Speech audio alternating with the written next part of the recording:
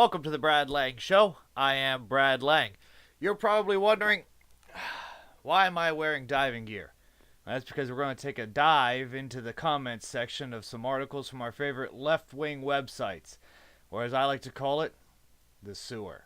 So let's dive in.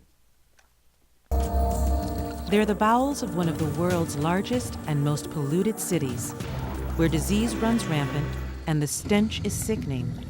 Sometimes you can get a very good idea of the type of people you're dealing with if you take a look below the article.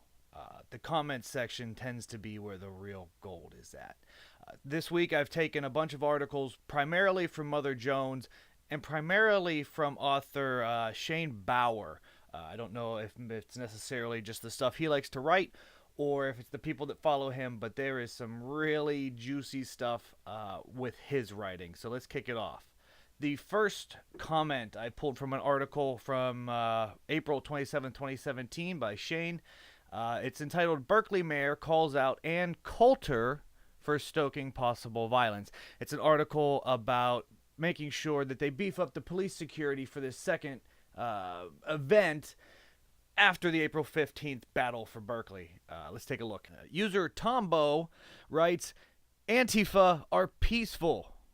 All I have seen are white males from alt-right looking for trouble and starting fights.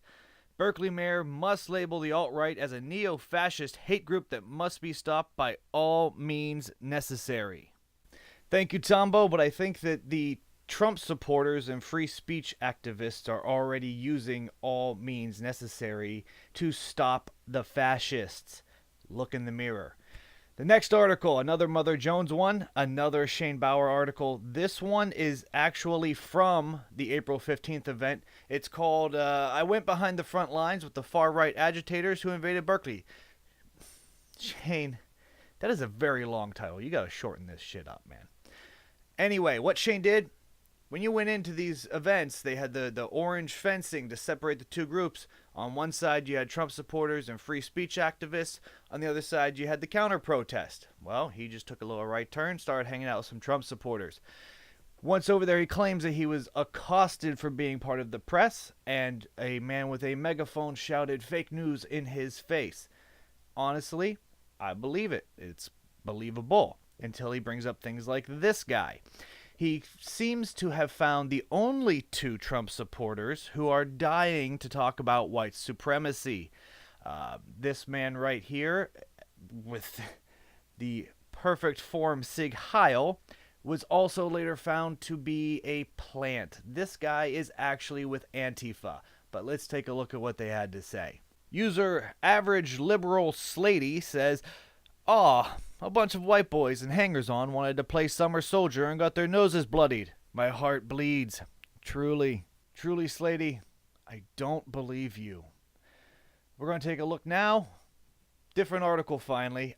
This is an article by Wes and Zena from May. It's their May-June periodical. They took a look at an event in Illinois. It happened a few years back. I believe it was 2012. There was actually a gathering of white supremacists. They advertised this meetup in Stormfront, and they met at a diner. What happened is 5 people from anti-race groups. These are my favorites. The first one's not so touchy, but the second one clearly has an intent. So you had the Anti-Racist Action, or ARA, but then you had Hoosiers Anti-Racist Movement, acronym HARM. Definitely a group that shows up just to express an opposing view.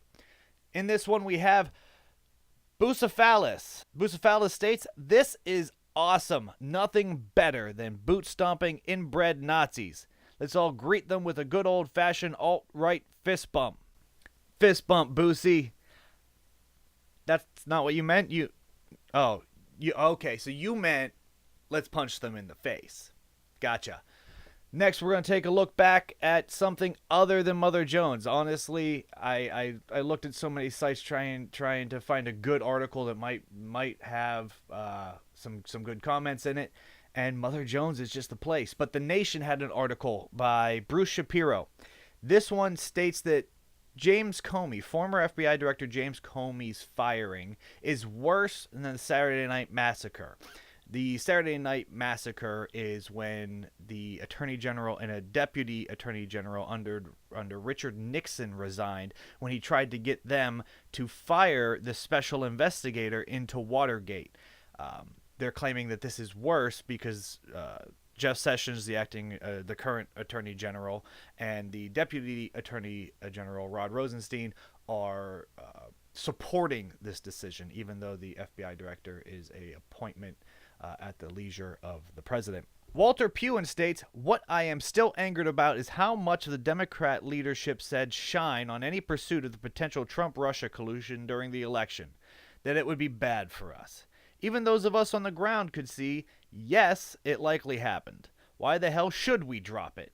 We are not going to ever normalize with these people, and idiots like Chuck Schumer want to avoid what needs to happen. Turmoil. They started it, and we need to finish it, no matter what. There are no rules with Trump. He must be removed and destroyed." So Walter thinks that he not only needs to be removed, but destroyed, as if the man didn't have support of half the country and won a Democratic election. Our final article for this week is another Mother Jones. I know I keep going back to that well, but it's just so deep. Same user, 2 comments. Now this is in relation to the April 15th Battle of Berkeley again, around a young lady, Emily Rose Marshall, as the internet has come to know her as Moldylocks, a one-time lovely young woman who has now become a dreadlocked, sometimes porn star, 100% of the time granola, anti-fascist. Now she showed up with her boyfriend to get 100 Nazi scalps, I believe is what she was hoping to get. But the article would make it seem like she is this delicate flower who was assaulted for absolutely no reason. When you take a look at what has happened afterwards, the internet just interneted all over her. She had over 1,500 hate emails, Facebook messages, and Instagram posts. Now, while I don't condone this sort of harassment, it's the internet. I don't know if you've been there. These are the things that happen. I would get used to it. Go off the grid. Anyway, for those of you who don't know what happened, she was at a protest in Berkeley with her boyfriend. There's pictures of her with a glass wine bottle in her hand. Now, she's got the standard uniform, the mask over the face and hat. And there are reports, although none of these are confirmed, that she was putting M80s into these bottles and throwing it into the crowd to explode, shattering glass all over the crowd. Now, we do have a video of her getting punched in the face. And as you can see, she does have a glass bottle in her hand. Now, this next commenter jumped to her defense with possibly the most intellectually sound argument I've ever heard. Aquarian Dreamer writes, "I'm intelligent." Questionable. Relatively sane, even more questionable. And creative enough to give you a rundown of how many options I have of beating your arrogant ass into paste without having to use something as useless as an empty and unbroken wine bottle. If she really were intent on going to a riot and beating heads in, she wouldn't have a useless weapon in hand. Thank you, Aquarian. If only she had a useful weapon in hand. Let's not focus on the fact that she had a weapon and is reported as attacking people. Let's focus on the fact that there's better weapons than a glass bottle.